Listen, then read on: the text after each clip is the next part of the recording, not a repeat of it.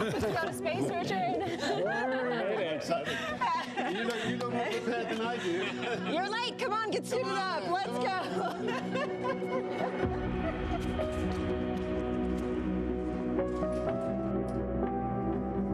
Open sesame. Good morning, Unity 22. Welcome to Spaceport. Please sign in to the astronaut logbook. The name's Branson, Sir Richard Branson. Astronaut 001, license to thrill.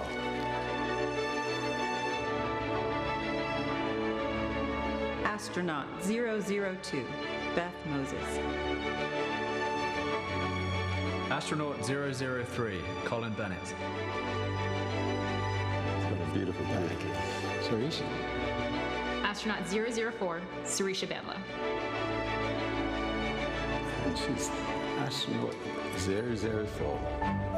Congratulations, Unity 22. You are officially registered for space.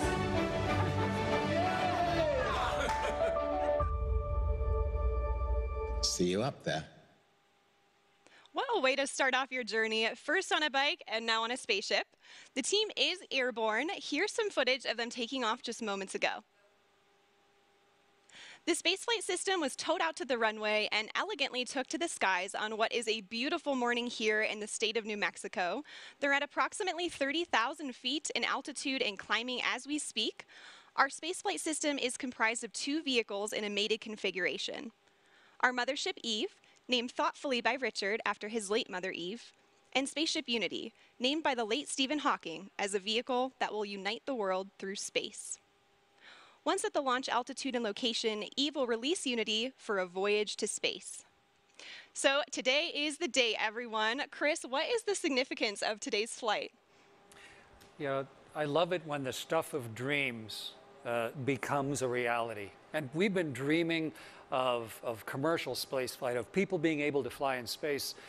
I mean, since the very first pioneers started flying, the X-15, which was the wonderful program in the 60s, was so much like the profile that they're going to follow today. And then the Ansari X Prize to try and push the limits. That is very much the DNA that's on this bottle, in fact, the DNA that has allowed this vehicle to fly. And it is like all of those pioneers and the flight today. You know, they pried the door open initially, but this crew today is really pushing it open permanently. And I'm really excited for the flight, but I think it's so significant professionally, technically, but personally for the people on board. Absolutely, and you mentioned opening up that doorway. Kelly, you're one of the people that's going to be going through that doorway soon. We are so thrilled to have you here to get a preview of what you're going to experience on a Virgin Galactic mission in the not too distant future. You've got to be getting pretty excited, right? Incredibly excited. You know, this is an emotional day, right? Those doors are opening for the next generation of astronauts. I feel like we have front row seats to the final frontier today, and I'm so excited to get a taste of what I'm going to experience soon.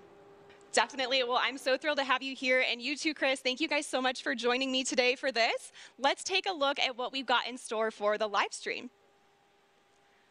So while Mothership Eve is transporting Spaceship Unity to the launch point, we'll check in with the crew and the preparations that went into today's flight. We'll also share some perspective on the Virgin Galactic mission, so who we are, what we do, and our vision for commercial space travel in the 21st century.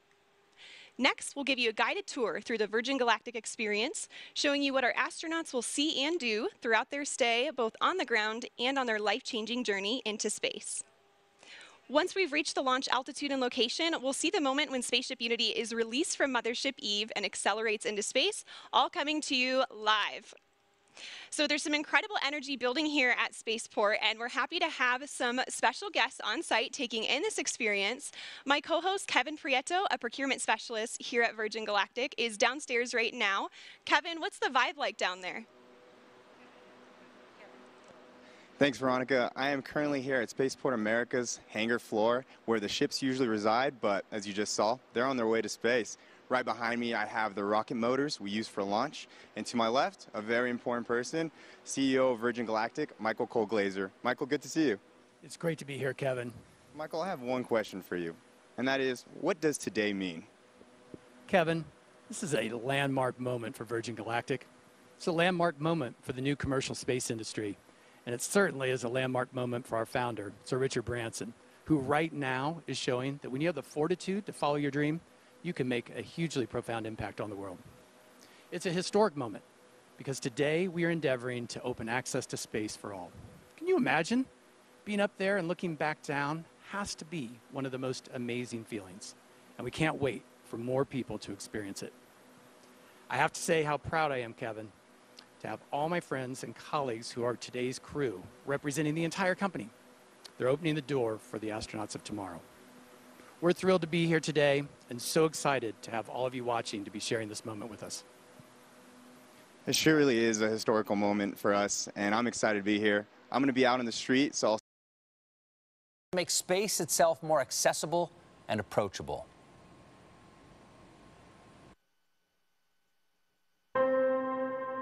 Line 3. Hello. Hi. Have you ever thought about going into space, Richard?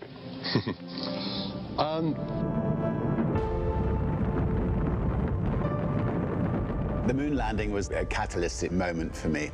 I remember my dad taking me outside onto the village green, and we just looked up at the moon. I really did think that myself and many other young people would one day be able to go into space. I waited and I waited and waited for that opportunity, and it never came. They got me thinking. I went to the registry office and I registered the name Virgin Galactic Airways. It's a brilliant innovation story. The origins of spaceflight at the time, it was big government. The X Prize was a chance to turn that into a much more personal spaceflight experience. SpaceShipOne claimed the X Prize and proved the dream was possible. This was the first private venture to go to space, return safely, and do it again just 2 weeks later. And then from there, we just started expanding. We knew we wanted a bigger system. We wanted something that you could float about the cabin, actually experience zero gravity. Virgin Galactic offers the first real platform where we can actually open it up to make space for all of us. We build on the shoulders of giants, but we want to be that first baseline for Earth and actually deliver on that promise. We are changing the way humanity views space. We've taken the impossible and we're making it inevitable. I always want to celebrate the team on this. You need heart, you need the best minds, you need the best humans to work on programs like this. The sky's no longer the limit for us. This is an inflection point in human history. 2 astronauts on a tiny television inspired a kid from England. Imagine what greatness can come from a generation seeing Earth from space. You're seeing your home planet. It's a real connection with the Earth. It grounds you and it feels timeless. I think in the same way that I was inspired by the moon landing. Release, release, release. Fire. I really hope that there will be millions of kids all over the world who will be captivated and inspired about the possibility of them going to space one day.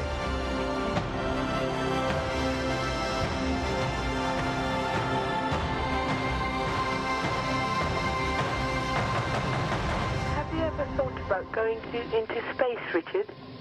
I'd love to go into space. I think there could be nothing nicer. So if you're building a spacecraft, I'd love to come with you on it.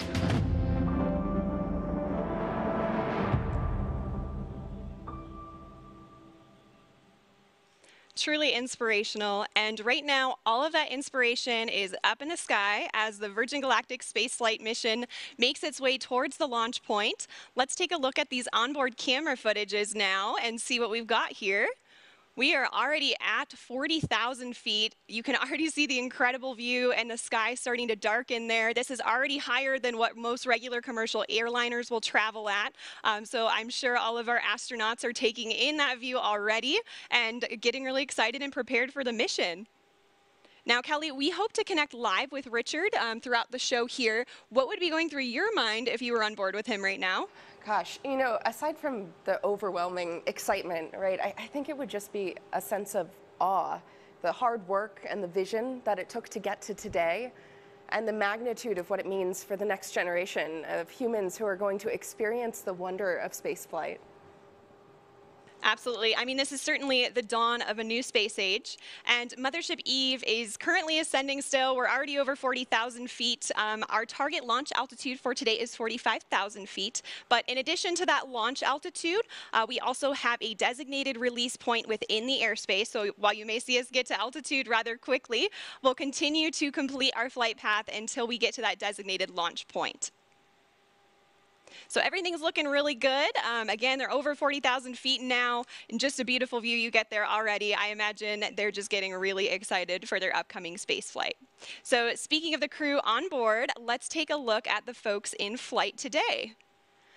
Virgin Galactic pilots are without a doubt among the very best of the best. They're some of the most experienced pilots in the world, and there are very few flying machines on Earth or off Earth that these professionals haven't flown. In fact, 4 of our pilots are among the very few in history who can lay claim to the title of astronaut. And 2 of them are heading to space again today. Let's meet the crew now. We'll begin with the folks who are supporting today's flight in the chase plane, giving us visuals on the spaceflight system while airborne. Pilot in command of our chase plane today is Jamil Janjua. He's completed over 4,000 flying hours in 48 different vehicles throughout his career, which spans over 20 years in the Royal Canadian Air Force. Joining Jamil is Patrick Moran, who served as a pilot in the Marine Corps for 20 years, where he operated as a test pilot and a test pilot school instructor.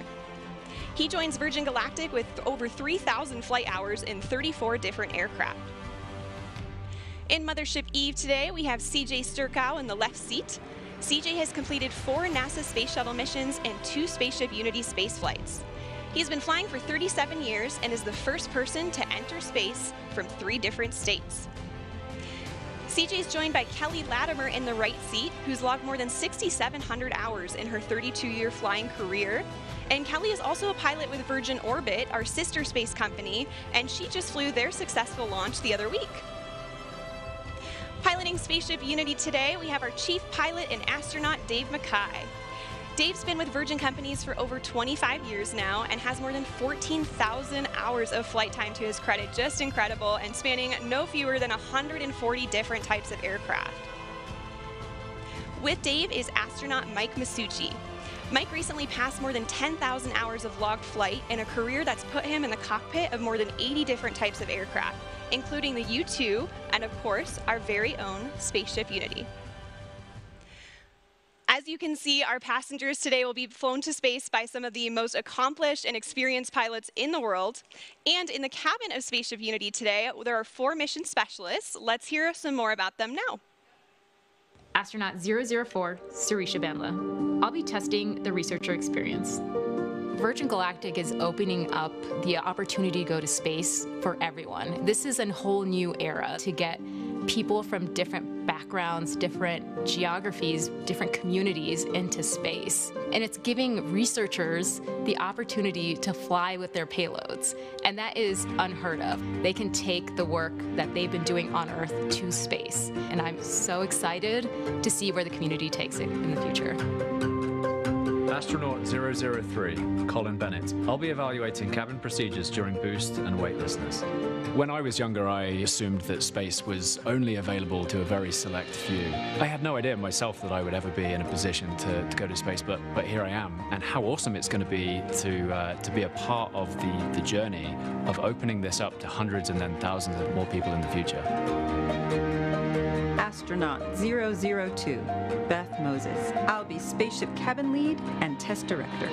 I cannot remember not dreaming of going to space. There's the little tiny kid looking up at the stars, the little girl making model rockets. It was part of my childhood. I think it's a very natural, human, innate curiosity. We're all explorers and adventurers, so I really don't remember an age or a moment where I discovered space. I just always remember dreaming of going to space.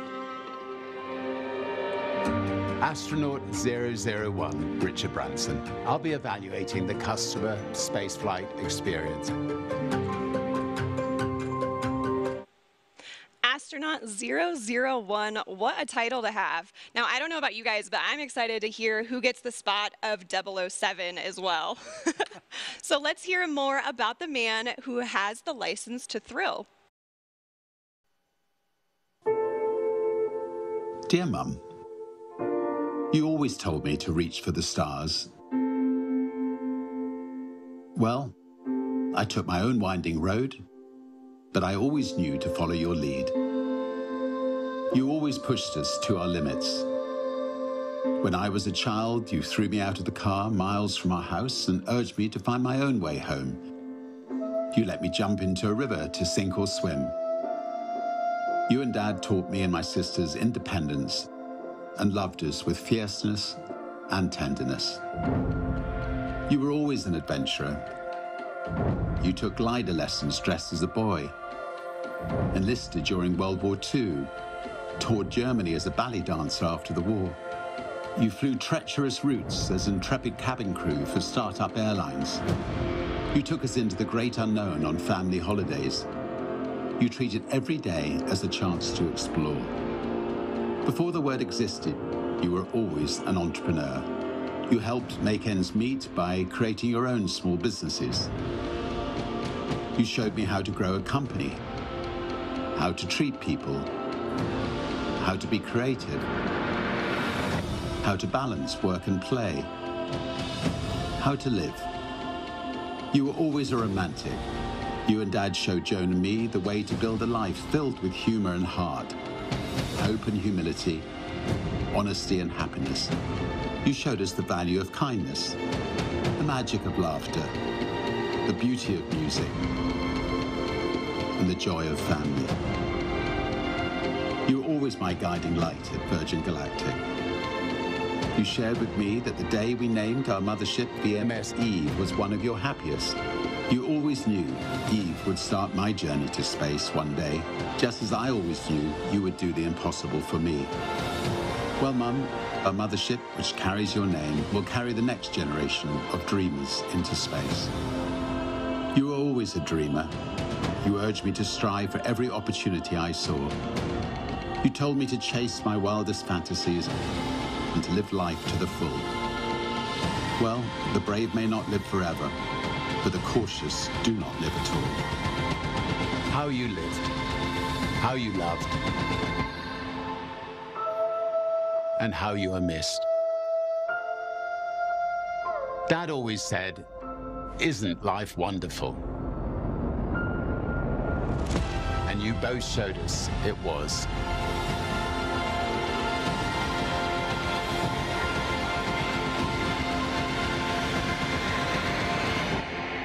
Always.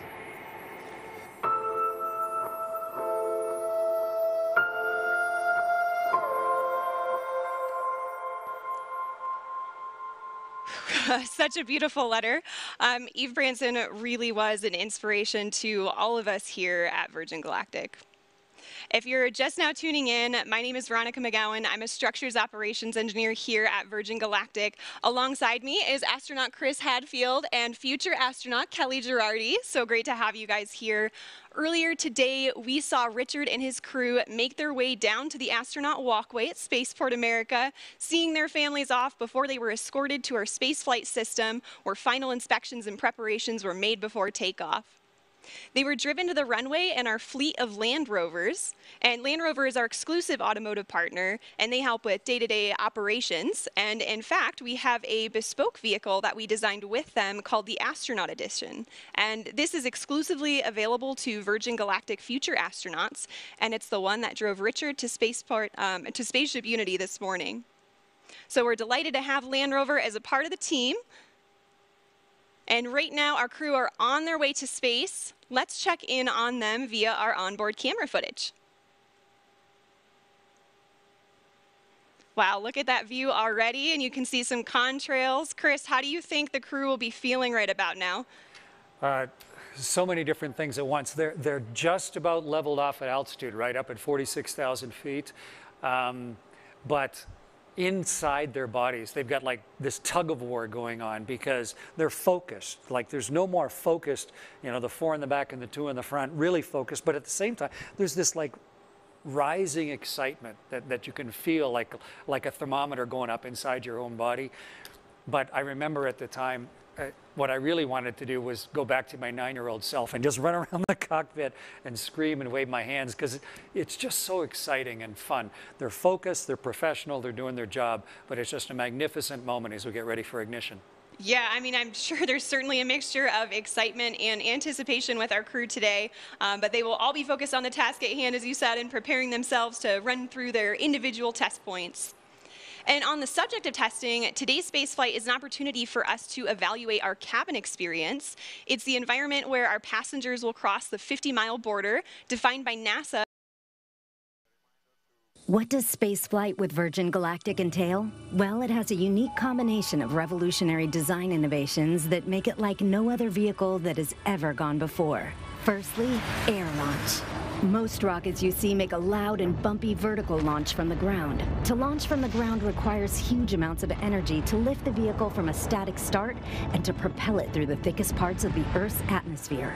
Instead, Virgin Galactic spaceflight starts with a smooth runway takeoff, not dissimilar to a conventional commercial airliner. The spaceship, attached to a mothership, gracefully ascends to the launch altitude of around 50,000 feet, bypassing the thickest parts of the Earth's atmosphere, making it far more energy efficient and far more comfortable for the passengers inside. When the vehicles have reached the launch altitude and location, Mission Control provides clearance for release. Release, release, release. The pilots activate the launch and set spaceship free. Within seconds, the rocket motor ignites as the vehicle starts its rapid ascent toward the stars. During this awe-inspiring journey, the spaceship reaches speeds of up to 3 times the speed of sound. And out the window, passengers will watch the color change from blue through indigo, and then to the iconic inky black as they soar into space. Once the rocket motor shuts down, passengers will unbuckle their seatbelts and float effortlessly around the cabin, enjoying the childlike freedom of zero gravity. The cabin becomes a spacious, 3-dimensional playground as passengers experience space firsthand, helmet-free. The ship has an incredible 17 windows, and passengers won't be able to resist being drawn towards the undeniable, euphoric beauty that lies beneath, as planet Earth looks right back at them in all her majesty. Whilst enjoying weightlessness and the life-changing view, the vehicle is preparing itself for re-entry into the Earth's atmosphere, utilizing the second design innovation of Virgin Galactic's space system, the feather. There's FPG. Re-entry is arguably the most challenging aspect of space travel and has largely been approached in 2 ways, with winged vehicles or with capsule spacecraft. The revolutionary aspect of Virgin Galactic feather technology is that it enables the vehicle to act like a winged vehicle when it is advantageous to be a winged vehicle, and then behave as a capsule when a capsule design gives you the advantage. On the way to space, the spaceship folds in half, with the booms moving upward to a 60-degree position as our pilots put the vehicle into an elegant backflip. This points the windows straight back towards Earth, offering passengers astounding and unobstructed views. This maneuver also allows the vehicle to behave like a capsule on re-entry, spreading the friction heat generated from re-entering the Earth's atmosphere across the entire underside of the spaceship, and aerodynamically enabling it to reorient itself from any position. Once the ship has slowed down and starts to travel through the thicker parts of the Earth's atmosphere, where a winged vehicle is advantageous for maneuverability, the booms come back down from their feather position, and the spaceship gently glides back home safely and smoothly, ensuring a thrilling yet comfortable ride for those on board, and landing on the same runway it took off from. A truly extraordinary design, fit for an out-of-this-world experience. To experience zero-G and see our fragile planet floating in the depths of space. I would go up in a minute if my wife would let me. How about you, Veronica? Oh, absolutely. I mean, that would be an offer too good to refuse. Now, Chris, I'm sure you'd agree that the experience that Richard is having right now is probably a lot more comfortable than your launches. Yeah, I had a chance to fly as part of the space shuttle crew twice, and then I flew on the Russian ship as the pilot once. And it's a little capsule, like they were talking about winged and capsule vehicles. But both of them needed a rocket to get them up above the atmosphere. And the beauty of what Sir Richard and his crew are doing now is that they've had the mothership Eve to carry them gently up. So yeah, they're much more comfortable than I was at this stage, getting ready for the second engine and the rockets to ignite there. Yeah, I can imagine. And Kelly, now I know you've experienced zero-G already in some parabolic flights. Your space flight will surely be an extension, right, of that zero-G time. What are you most looking forward to in terms of conducting experiments in that environment? Yeah, exactly. Like Veronica said, I've done a number of parabolic research flights here on Earth where the aircraft takes this roller coaster profile to simulate zero-G seconds at a time. But during a dedicated research mission with Virgin Galactic, I am most looking forward to that continuous, uninterrupted minutes worth of microgravity exposure to do my experiments. It's just an unprecedented time. The next generation of researchers and scientists are going to be flying with their payloads, and I'm so excited for what's to come. Yes, definitely excited for your space flight, and I'm very excited that people can experience, not only that personal transformation on space flights, but also conduct scientific research. So it's a really flexible platform. I am hearing from our Mission Control Center now that we are about 6.5 minutes out to release. We're getting pretty close. So let's go ahead and switch over to our onboard camera footage for the whole portion of the flight here until landing. I am hearing we're in the middle of our L-10 checks. And L-10, it means we're approximately 10 minutes out from the moment when Mothership Eve releases Spaceship Unity. And this is based on an estimated time of arrival to that release point. So timing may vary a little bit, but the closer we get to that point, the more accurate the estimate becomes. And right now we're about 6 minutes out. So up until L-10, Eve is in full mothership mode, carrying Spaceship Unity to altitude and providing her, through essentially an umbilical cord with electrical power, system heat, and cabin pressurization. And this air is conditioned, so we can keep folks cool on the ground for hot summer days like today, and heated at high altitudes where things get a little bit cooler to keep the pilots and the passengers comfortable. So at L-10, Spaceship Unity switches to her own battery power for avionics and control systems and performs electrical checks, feather system checks, flight control checks, and more. And Unity and Eve have their own intercom system throughout this, so they're communicating with each other in the vehicles and with the Mission Control Center throughout each check here. These days, more and more systems are becoming automated, especially in aircraft and spacecraft. And what's really exciting about the Virgin Galactic spaceflight system is that our crew truly are hands-on with the piloting throughout the flight. Oh, there's Sir Richard Branson now. It's so exciting to see them in the back. I'm sure they are just getting incredibly excited.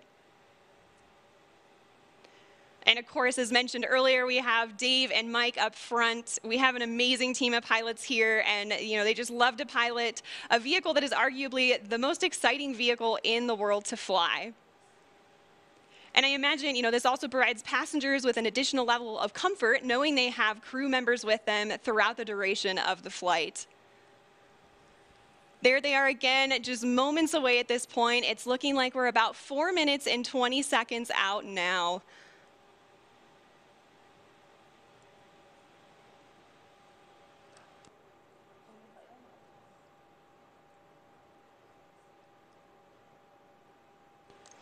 All right, so I am hearing from our Mission Control Center that we have L-4 checks in work now, so we just passed the 4-minute mark.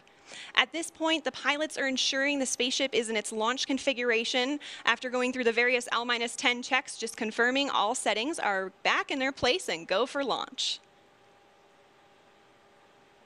Now, this is also the point when Spaceship Unity will isolate her air supply from Eve and prime the rocket motor by opening the backup oxidizer valve.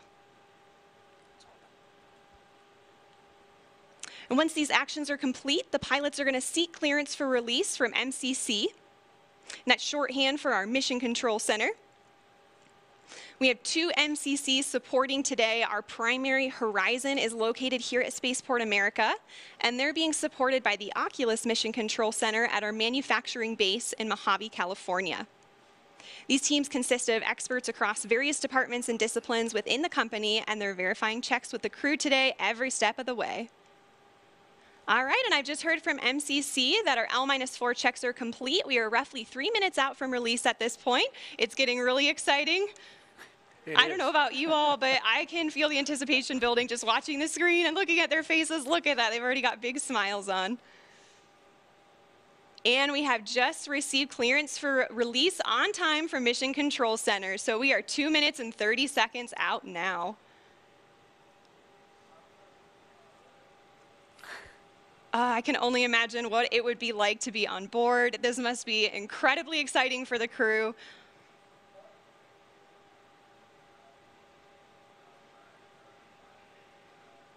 We're about 2 minutes out now, and once we get to the 30-second point, Spaceship Unity is going to arm the launch pylon. And then once we get to that designated point, the mothership pilots are actually the ones that engage the release, setting Unity free. So we have actions for both the mothership pilots and the spaceship pilots, so they're in coordination and all agree on the launch.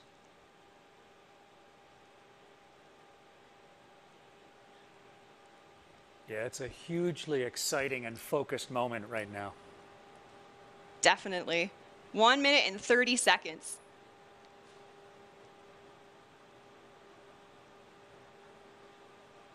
The spaceship pilots are also going to push the stick all the way forward to prepare for release. And things happen pretty quickly after the release. So the pilots are going to light the rocket motor and they're going to accelerate in level flight until they reach Mach 1, at which point they'll start what we call the gamma turn, where we turn directly up and head to space. 1 minute to release now. It's getting real. So exciting.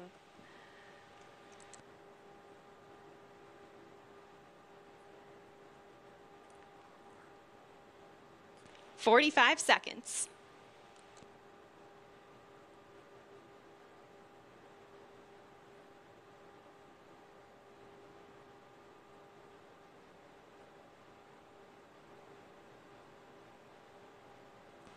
"30 seconds. The Spaceship Unity pilots are arming the launch pylon now. We are armed for release. 20 seconds.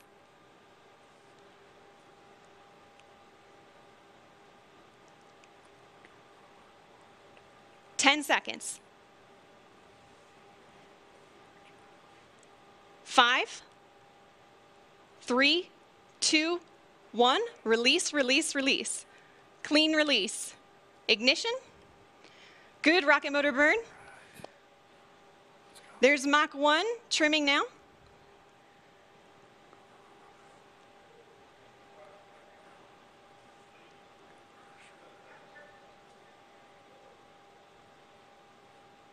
Trim complete. Unity is pointed directly up and heading to space. Things are looking great. We are 25 seconds into the burn now, approaching Mach 2. 30 seconds, Mach 2. Everything's looking really good and stable. 40 seconds. 45 seconds. 50 seconds, approaching Mach 3. There's Mach 3. And 60 seconds, and that is a full duration burn, folks. We are headed to space. And the passengers in the back have been cleared to unstrap. Our predicted apogee is 279,000 feet and climbing. The pilots are now unlocking the feather, and as soon as they do that, it's going to initiate a backflip for Spaceship Unity. This is normal. We want those windows pointed down towards the Earth to maximize that incredible view. So feather is coming up now, and the pilots are also enabling the RCS, or reaction control system, which is what they'll use to control the attitude of the vehicle while we're outside the atmosphere.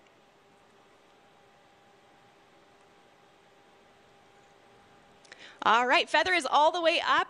We are at about 250,000 feet now and climbing. As soon as we cross the boundary to space, we'll hear a word from our founder, Sir Richard Branson.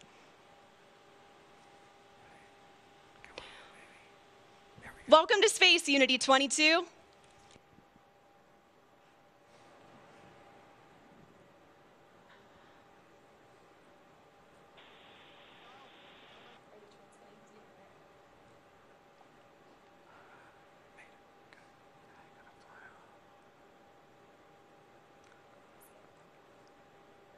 So it doesn't sound like we're receiving the audio over the broadcast, but I know Richard is saying something inspirational, as he always does. Fortunately, we have a lot of cameras recording things on board today, and we'll be sure to capture his magical words and share them with the world when they're available. We reached apogee 282,000 feet. Remember the day, remember where you are, and remember who you shared this with, and remember the name Virgin Galactic, because today, space is virgin territory. The culmination of a life's work, more than a half a century since the world rejoiced in and was transformed by humans leaving planet Earth, Sir Richard Branson fulfills his long-held dream of experiencing space with his crew. Congratulations again, Richard, and congratulations also to Sarisha and Colin on becoming astronauts today. And welcome back to space to Dave, Mike, and Beth. Oh, you can see them now?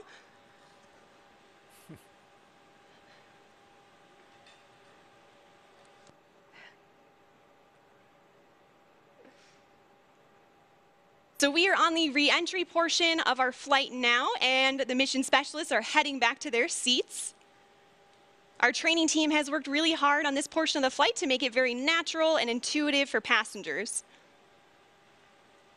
Now, when we talk about space travel, a lot of people know and expect the boost portion of the flight to be loud and thrilling, but what's interesting is re-entry is also very similar, as supersonic air is flowing over the vehicle in the feathered configuration. Shock waves form on top of the cabin, which are audible to those inside. And for those of you on site watching on the ground, you should be able to hear a double sonic boom as Spaceship Unity once again breaks the sound barrier.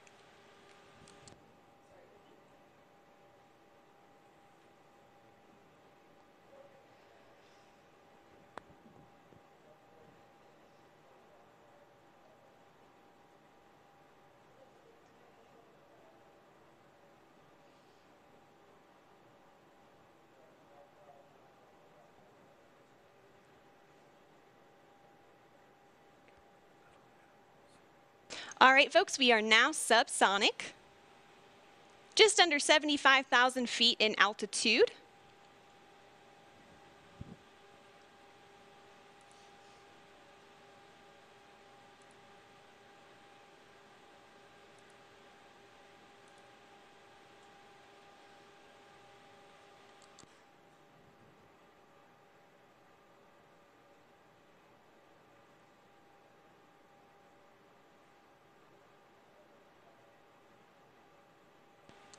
Now, also note too, this is our first time transmitting HD camera data down to the ground and then out to a global live stream. So please do bear with us, as we may occasionally see some drops in the feed, but we still have some really great ground footage coming in here. Oh, there we go. Now we can see that is the tail cone of Unity. And the pilots are lowering the feather now. Now, as the feather comes down, the nose of Spaceship is going to drop. This is normal and expected. Once that feather's down and locked, the pilots will begin a gentle pull up to a level attitude. And I'm hearing the feather is down and locked now. So at this point, Spaceship Unity is a glider, so it's all about balancing her potential and kinetic energy. So if the pilots want to go faster, they point the nose down, and if they want to go slower, they bring the nose up.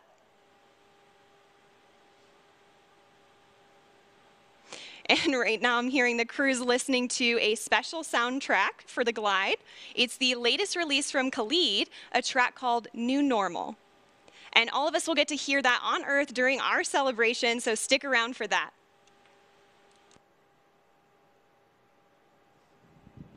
I don't know about you all, but I am still feeling overwhelmed and excited about what we just witnessed. And there's one person in particular who's got to be having all of the feels right now. You can see him sending a congratulatory shake to his passenger, Colin Bennett, there with him. Let's see if we can connect with the crew again here. Is manual dump to 200.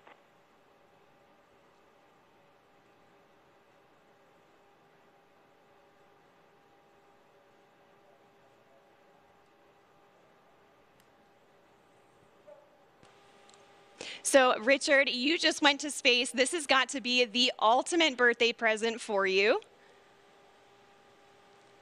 What was it like?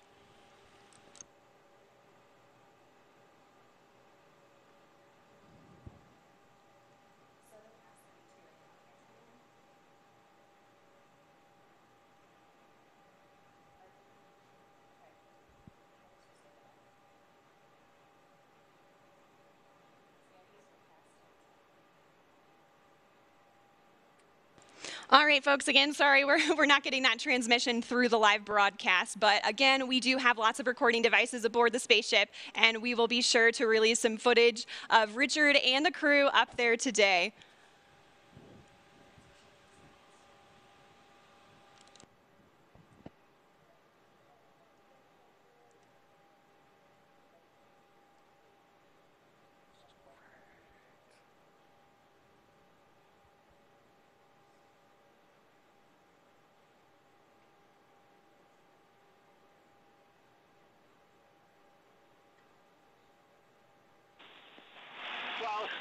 I've done some ridiculous things in my lifetime.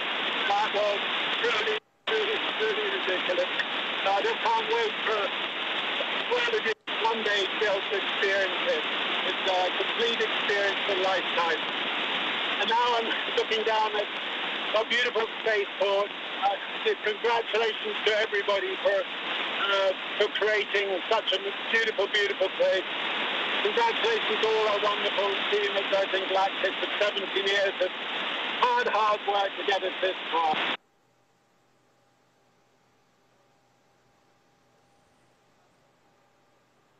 All right, so I'm so happy we could catch a little part of that. It seems like there's a little bit of a delay in the transmission there. It does have a long way to travel, but you could tell by the smiles on their faces, they just had the ride of their lives. We are so excited for them to land and party the rest of the day with, like astronauts, in the typical Virgin fashion.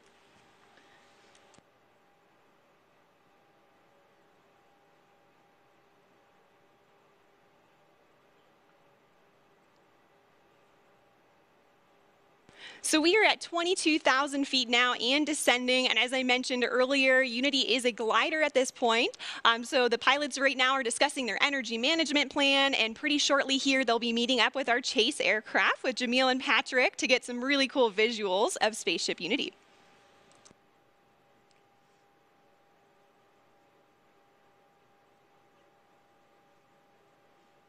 Now, as the crew and spaceship make their way across the desert, they are gliding over one of the most remarkable landscapes in the United States and the largest desert in North America, the Chihuahuan Desert.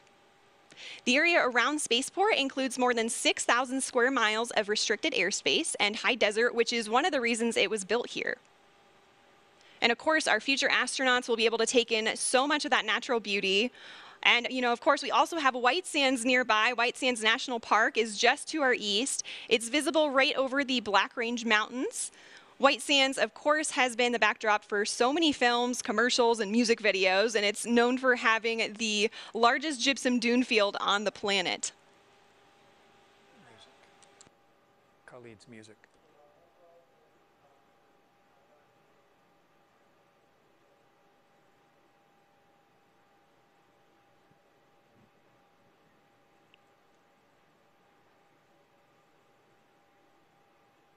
So also nearby is the Oregon Mountain Desert Peaks National Monument, and that's nearly 500,000 acres of protected land that our guest families will be able to experience. And even though temperatures can hit the triple digits in the summer here, we also have cool desert days. And fortunately, our pilots and crew can stay comfortable thanks to their spacesuits. They were designed with our technical spacewear partner, Under Armour, and they're absolutely beautiful, as you can see on the crew there. They're lightweight and made of flight grid knitted fabrics, which forms the spacesuit and also helps regulate their body temperature.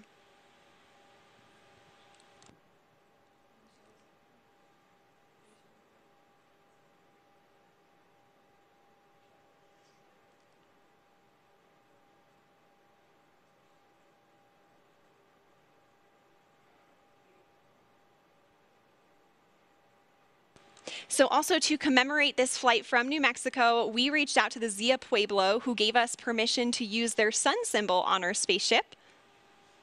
This symbol is also a part of the New Mexico state flag, and it's embedded with symbolic meaning. The number 4 is sacred to the Zia people, and the emblem represents the 4 directions, the 4 seasons, the 4 times of day, and the 4 phases of life. We are honored and proud to feature this perfectly balanced symbol on Spaceship Unity's tail cone, as we also celebrate our new home.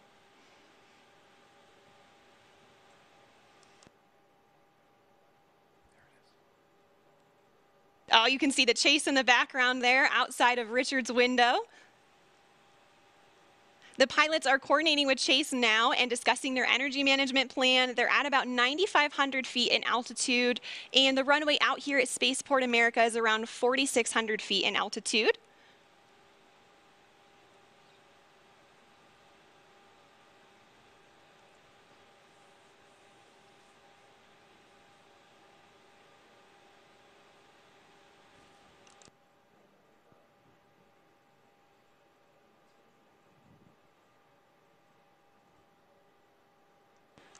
All right, we have 3 landing gear down and locked. Now the pilots are going to be landing on runway 34 today, so that's coming from the south and towards the north for those of you on site watching. And for the non-pilots tuning in, those numbers represent the first 2 numbers of the magnetic heading of the runway. So for example, 34 is 340 degrees on your compass.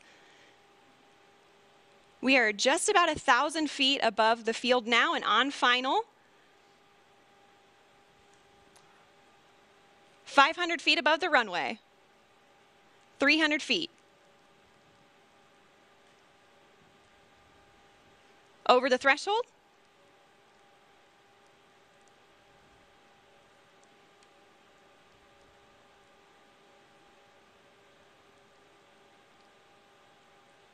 Main gear touchdown. And we're going to hold it just like this for a minute before bringing the nose down. Can see they're already celebrating inside there. And the nose is coming down now. Nose gear touchdown. And braking.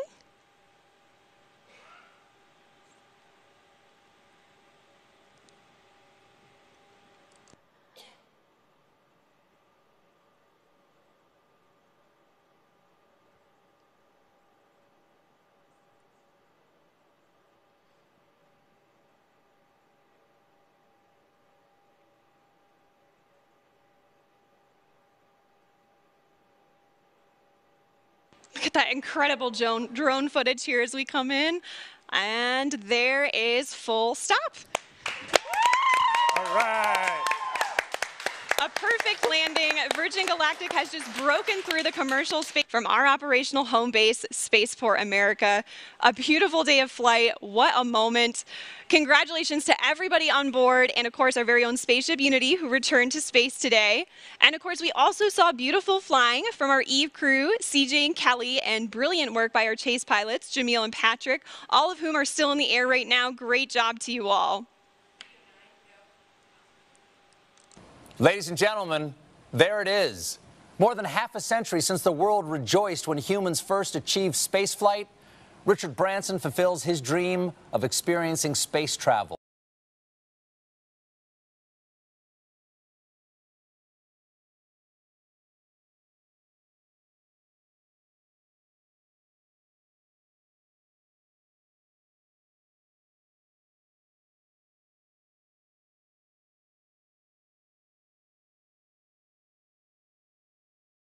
A special musical performance to celebrate today's milestone. But first, let's hear some thoughts on the flight. Chris, you've returned from space several times now, both on a capsule and a space shuttle. How does this landing compare to the landings you've experienced? Well, obviously that's a much more gentle landing than a capsule on my Soyuz flight. The shuttle 2 times is quite similar to what the crew just went through. But for them, of course, it's such a personal experience now. And what are they going to do with this? How are they going to take this amazing view of the Earth that they've just had and the kind of brave new nature of what this whole team has just accomplished? How are they going to now make that part of who they are, and how are they going to share this experience with other people? You know, that's what's going through their minds right now. I'm just so proud of the whole team. That was an amazing accomplishment. It was epic. And, you know, as somebody who has spent, what, like 4,000 hours in space, is it? Yeah. How do you feel about, you know, a space line for the Earth opening? It's what I've been hoping that we've been able to do ever since I was a little kid, dreaming about it, and during my space flights, so that the technology gets good enough and someone has the tenacity and the vision to push beyond all the resistance and the naysayers, and to create a capability for, you don't have to be a professional astronaut for your whole life to see the world this way. I think, I mean, I just couldn't be more proud of all the people that work at Virgin Galactic, and I'm just so delighted at what this open door is going to lead to now. It's a great moment. Absolutely, certainly. And Kelly, I want to hear your thoughts too. And, you know, also your daughter, Delta V, who is on site today, is also, she's only 3, and she's also a huge space enthusiast just like you. And, you know, how does this milestone affect her, and what does that mean for her and also for you? Yeah, I am still emotional from this flight. It is so amazing. A dry eye in the studio. But, you know, when I think of my daughter on site, just like you said, it's like, this is what it's all about. You know, it means the world to me. Not only that she was here to witness history today, but that she's going to watch me, her mom, become an astronaut. You know, that's going to be normal in her mind. That's just another thing moms do. Of course, they go to space. You know, and I just think that's incredible. She's going to grow up knowing that not even the sky is a limit.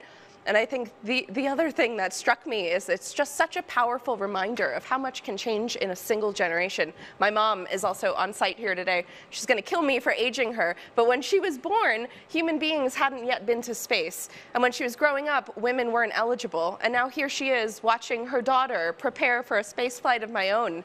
You know, it gives me so much hope and excitement for the next generation, and Virgin Galactic is just leading the way.